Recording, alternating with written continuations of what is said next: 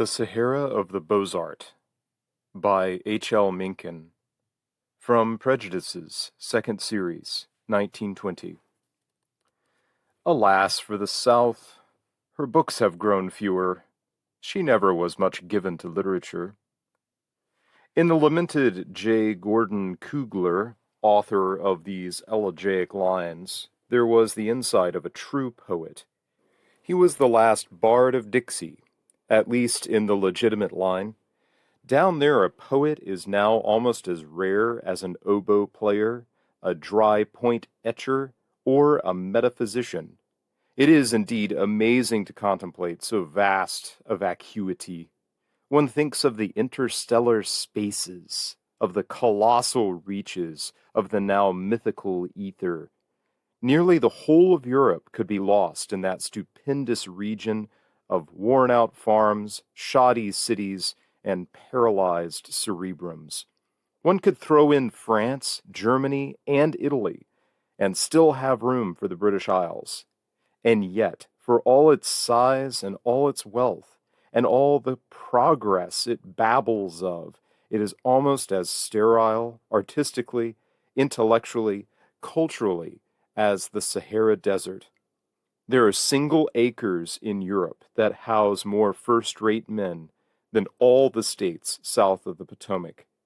There are probably single square miles in America. If the whole of the late Confederacy were to be engulfed by a tidal wave tomorrow, the effect upon the civilized minority of men in the world would be but little greater than that of a flood on the Yangtze Kiang. It would be impossible in all history to match so complete a drying up of civilization.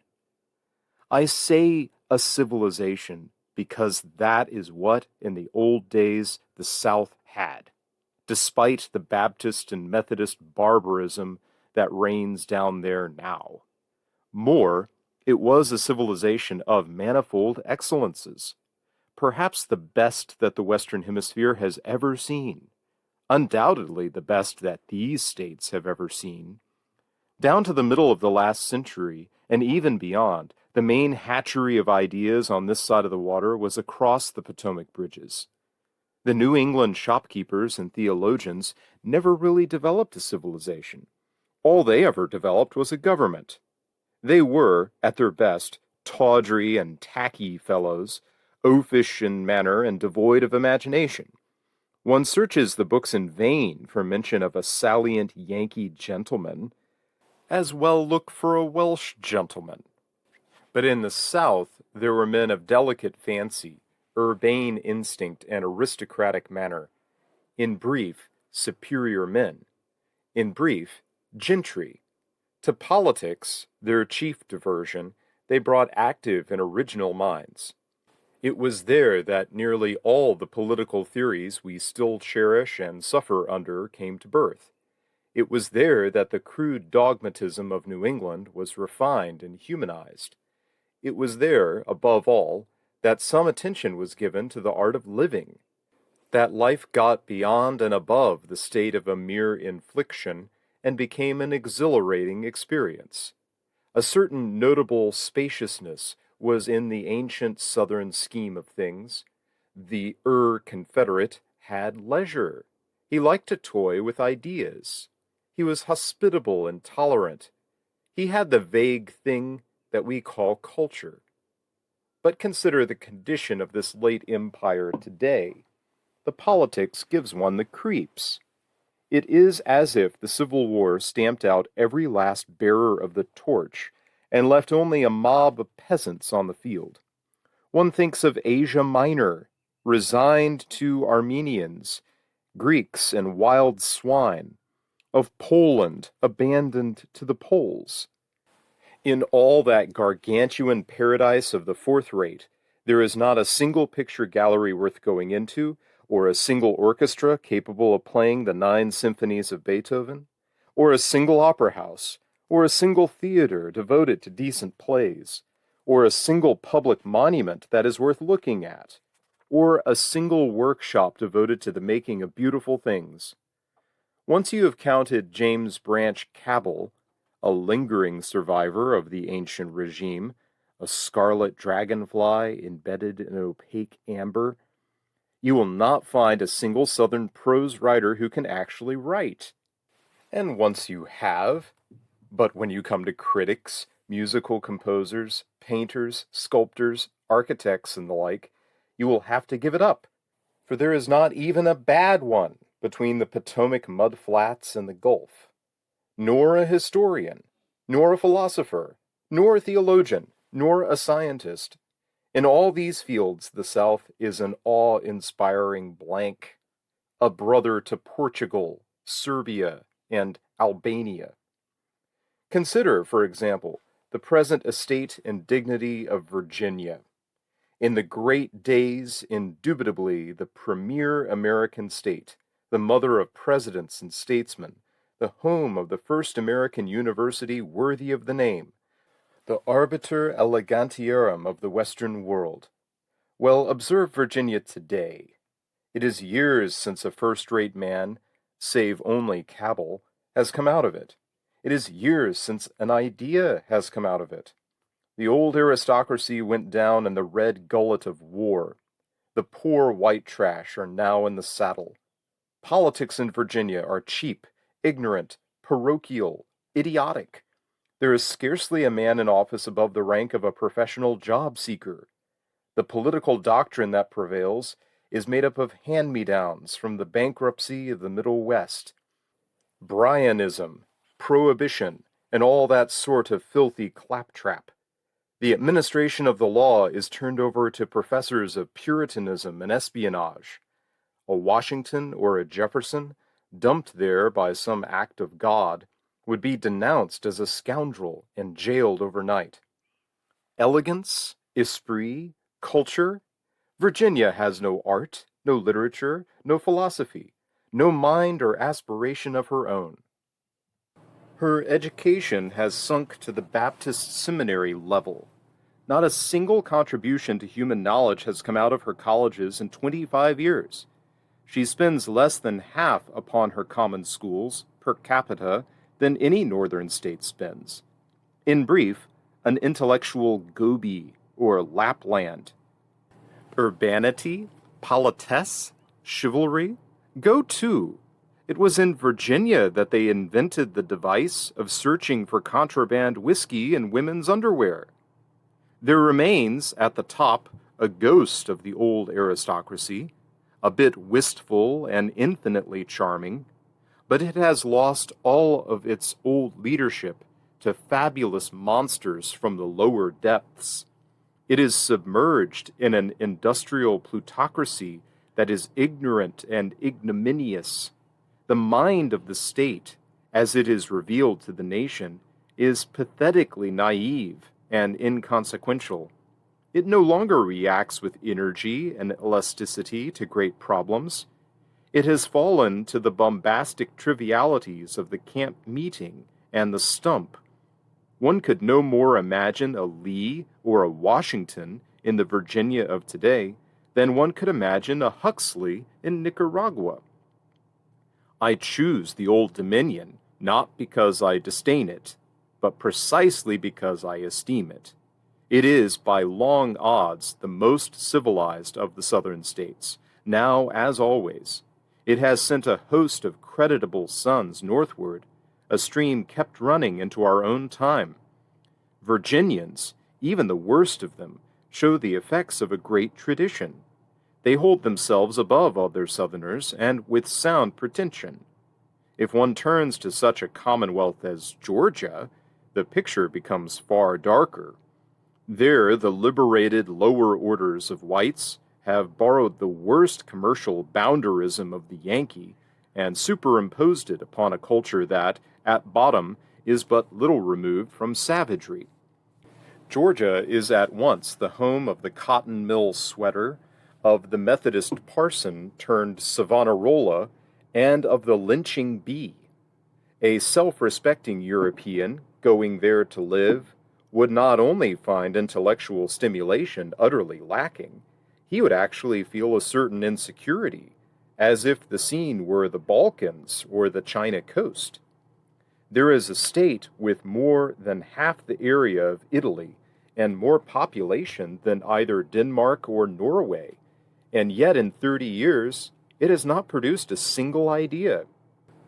Once upon a time, a Georgian printed a couple of books that attracted notice, but immediately it turned out that he was little more than an amanuensis for the local blacks, that his works were really the products not of white Georgia, but of black Georgia. Writing afterwards as a white man, he swiftly subsided into the fifth rank, and he is not only the glory of the literature of Georgia, he is, almost literally, the whole of the literature of Georgia, nay, of the entire art of Georgia. Footnote. The reference here, of course, was to Joel Chandler Harris. End of footnote. Virginia is the best of the South today, and Georgia is perhaps the worst. The one is simply senile, the other is crass, gross, vulgar, and obnoxious. Between lies a vast plain of mediocrity, stupidity, lethargy, almost of dead silence. In the North, of course, there is also grossness, crassness, vulgarity.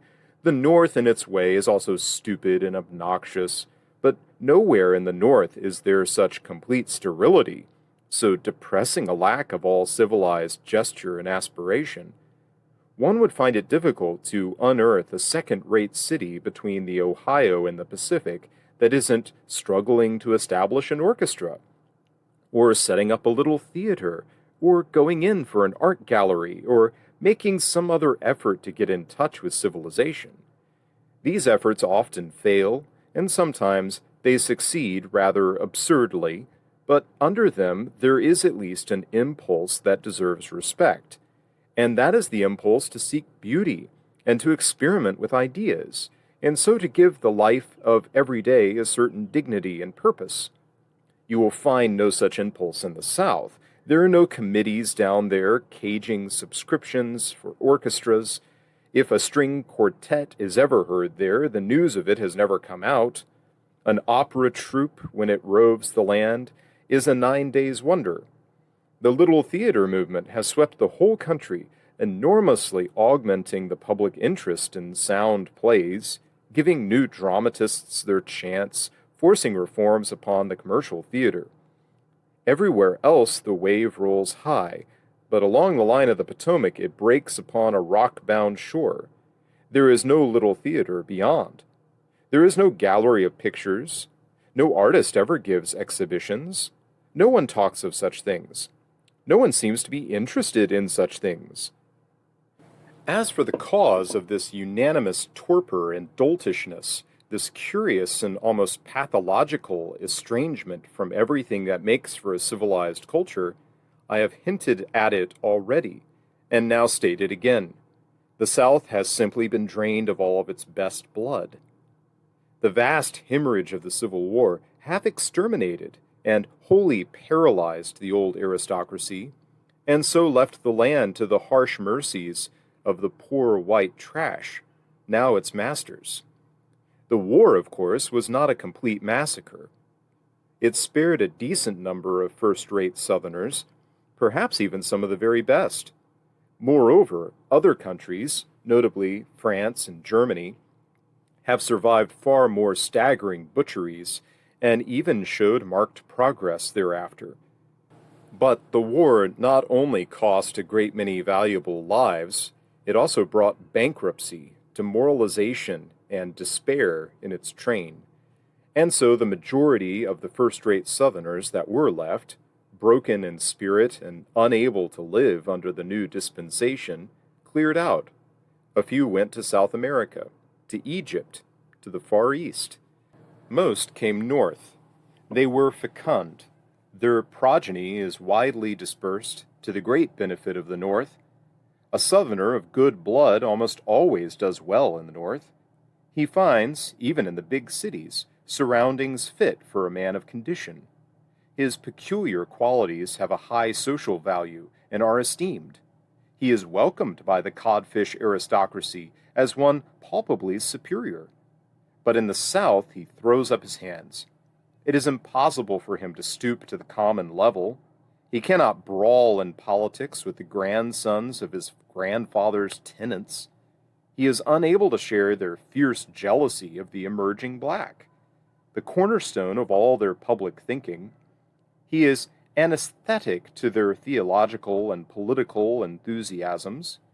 He finds himself an alien at their feasts of soul, and so he withdraws into his tower and is heard of no more. Cabell is almost a perfect example. His eyes, for years, were turned toward the past. He became a professor of the grotesque genealogizing that decaying aristocracies effect. It was only by a sort of accident that he discovered himself to be an artist.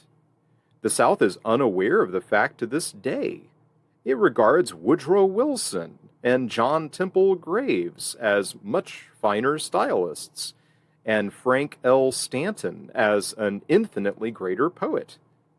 If it has heard, which I doubt, that Cabell has been hoofed by the Comstocks, it unquestionably views that assault as a deserved rebuke to a fellow who indulges a lewd passion for fancy writing and is a covert enemy to the only true Christianity.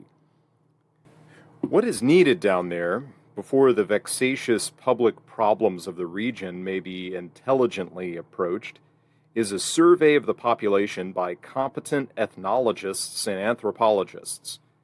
The immigrants of the North have been studied at great length, and anyone who is interested may now apply to the Bureau of Ethnology for elaborate data as to their racial strains, their stature and cranial indices, their relative capacity for education, and the changes that they undergo under American culture. But the older stocks of the South, and particularly the emancipated and dominant poor white trash, have never been investigated scientifically, and most of the current generalizations about them are probably wrong. For example, the generalization that they are purely Anglo-Saxon in blood. This I doubt very seriously. The chief strain down there, I believe, is Celtic rather than Saxon, particularly in the hill country. French blood, too, shows itself here and there, and so does Spanish, and so does German. The last name entered from the northward by way of the limestone belt just east of the Alleghenies. Again, it is very likely that in some parts of the South a good many of the plebeian whites have more than a trace of Negro blood. Interbreeding under concubinage produced some very light half-breeds at an early day, and no doubt appreciable numbers of them went over into the white race by the simple process of changing their abode. Not long ago I read a curious article by an intelligent Negro in which he stated that it is easy for a very light Negro to pass as white in the South, on account of the fact that large numbers of Southerners accepted as white have distinctly Negroid features. Thus it becomes a delicate and dangerous matter for a train conductor or a hotel keeper to challenge a suspect. But the Celtic strain is far more obvious than any of the others. It not only makes itself visible in physical stigmata, e.g., leanness and dark coloring, but also in mental traits. For example, the religious thought of the South is almost precisely identical with the religious thought of Wales. There is the same naive belief in an anthropomorphic creator, but little removed in manner and desire from an evangelical bishop. There is the same submission to an ignorant and impudent sacerdotal tyranny, and there is the same sharp contrast between doctrinal orthodoxy and private ethics. Read Caradoc Evans' ironical picture of the Welsh Wesleyans in his preface to My Neighbors, and you will be instantly reminded of the Georgia and Carolina Methodists. The most booming sort of piety in the South is not incompatible with the theory that lynching is a benign institution. 2 generations ago, it was not incompatible with an ardent belief in slavery. It is highly probable that some of the worst blood of Western Europe flows in the veins of the Southern poor whites. now poor no longer. The original strains, according to every honest historian, were extremely corrupt. Philip Alexander Bruce, a Virginian of the old gentry, says in his Industrial History of Virginia in the 17th century that the first native-born generation was largely illegitimate. One of the most common offenses against morality committed in the lower ranks of life in Virginia during the 17th century, he says, was bastardy. The mothers of these bastards, he continues, were chiefly indentured servants, and had belonged to the lowest class in their native country. Fanny Kimball Butler, writing of the Georgia poor whites of a century later, describing them as the most degraded race of human beings claiming an Anglo-Saxon origin that can be found on the face of the earth, filthy, lazy, ignorant, brutal, proud, penniless savages. The Sunday school and the Chautauqua, of course, have appreciably mellowed the descendants of these savages, and their economic progress and rise to political power have done perhaps even more, but the marks of their origin are still unpleasantly plentiful. Every now and then they produce a political leader who puts their secret notions of the true, the good, and the beautiful into plain words, to the amazement and scandal of the rest of the country. That amazement is turned into downright incredulity when news comes that his platform has got him high office, and that he is trying to execute it. In the great days of the South, the line between the gentry and the poor whites was very sharply drawn. There was absolutely no intermarriage. So far as I know, there is not a single instance in history of a Southerner of the upper class marrying one of the bondwomen described by Mr. Bruce. In other societies characterized by class distinctions of that sort, it is common for the lower class to be improved by extra-legal crosses. That is to say, the men of the upper class take women of the lower class as mistresses, and out of such unions spring the extraordinary plebeians, who rise sharply from the common level, and so propagate the delusion that all other plebeians would do the same thing if they had the chance. In brief, the delusion that class distinctions are merely economic and conventional, and not congenital and genuine.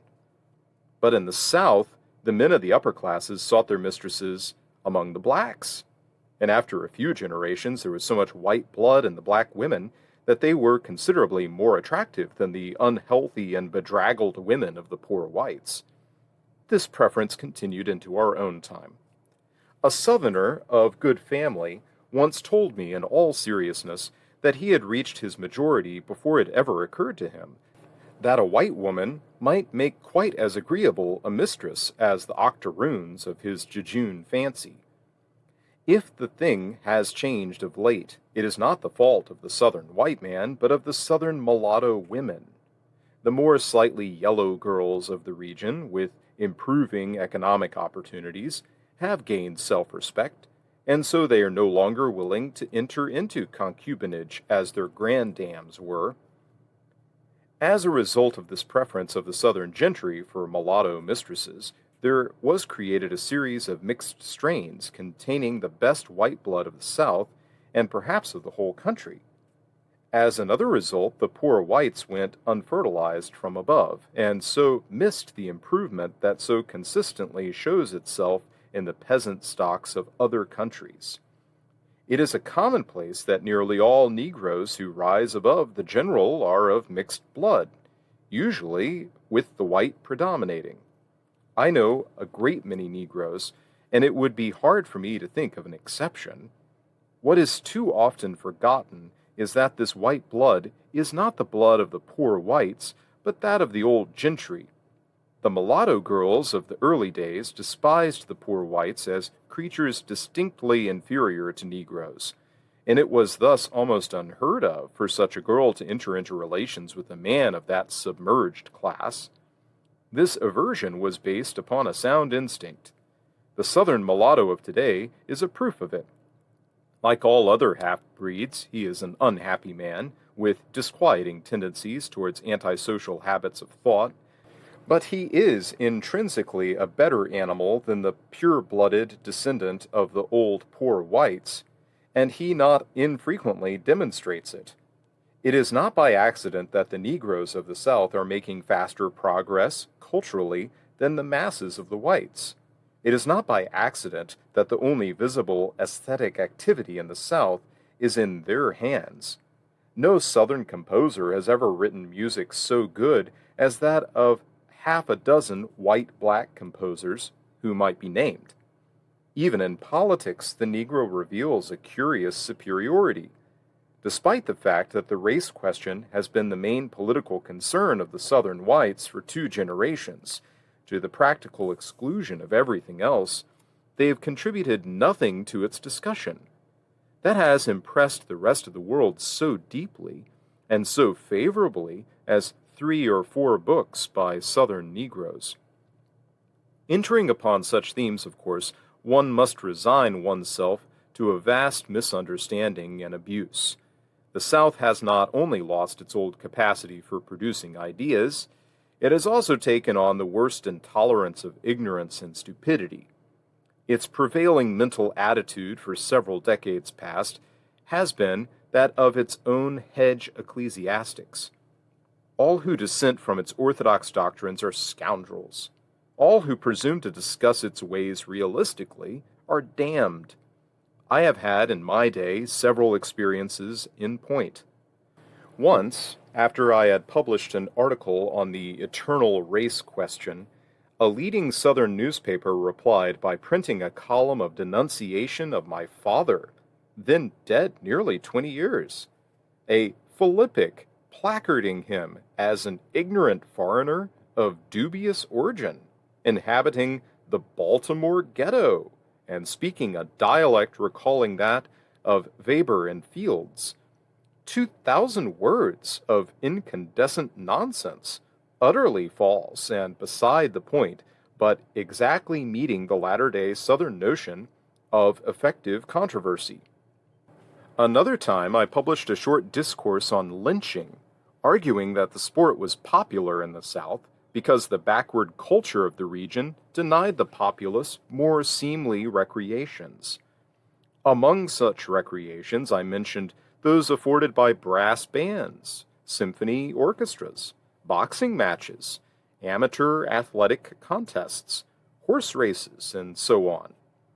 In reply, another great Southern journal denounced me as a man of wine shop temperament, brass jewelry tastes, and pornographic predilections. In other words, brass bands in the South are classed with brass jewelry, and both are snares of the devil. To advocate setting up symphony orchestras is pornography.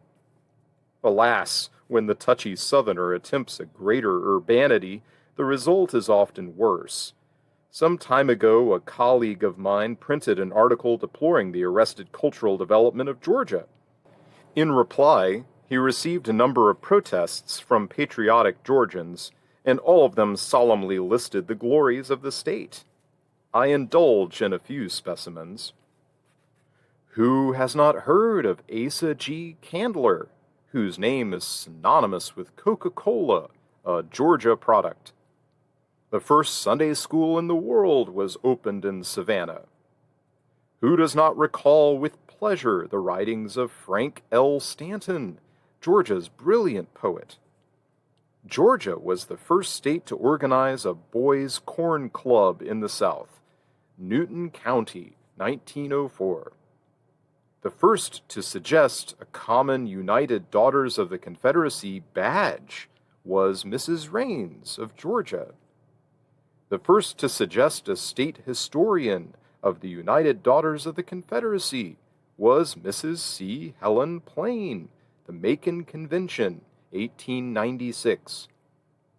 The first to suggest putting to music Hebers from Greenland's icy mountains was Mrs. F. R. Goulding of Savannah. And so on and so on. These proud boasts came, remember, not from obscure private persons, but from leading Georgians, in one case, the state's historian. Curious sidelights upon the ex-Confederate mind. Another comes from a stray copy of a Negro paper. It describes an ordinance passed by the City Council of Douglas, Georgia, forbidding any trousers presser, on penalty of forfeiting a $500 bond, to engage in pressing for both white and colored. This in a town, says the Negro paper, where practically all of the white inhabitants have their food prepared by colored hands, their babies cared for by colored hands, and the clothes which they wear right next to their skins washed in the houses where Negroes live, houses in which the said clothes remain for as long as a week at a time. But if you marvel at the absurdity, keep it dark.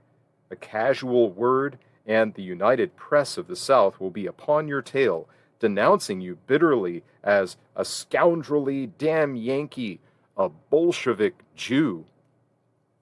Obviously, it is impossible for intelligence to flourish in such an atmosphere. Free inquiry is blocked by the idiotic certainties of ignorant men. The arts, save in the lower reaches of the gospel hymn, the phonograph, and the political harangue, are all held in suspicion. The tone of public opinion is set by an upstart class, but lately emerged from industrial slavery into commercial enterprise. The class of bustling businessmen, of live wires, of commercial club luminaries, of drive managers, of forward lookers and right thinkers. In brief, of third-rate Southerners, inoculated with all the worst traits of the Yankee sharper. One observes the curious effects of an old tradition of truculence upon a population now merely pushful and impudent, of an old tradition of chivalry upon a population now quite without imagination. The old repose is gone. The old romanticism is gone. The philistinism of the new type of town boomer Southerner is not only indifferent to the ideals of the Old South, it is positively antagonistic to them. That philistinism regards human life not as an agreeable adventure, but as a mere trial of rectitude and efficiency. It is overwhelmingly utilitarian and moral. It is inconceivably hollow and obnoxious. What remains of the ancient tradition is simply a certain charming civility and private intercourse, often broken down, alas, by the hot rages of Puritanism, but still generally visible. The Southerner, at his worst, is never quite the surly cad that the Yankee is. His sensitiveness may betray him into occasional bad manners, but in the main he is a pleasant fellow, hospitable, polite, good-humored, even jovial. But a bit absurd, a bit pathetic,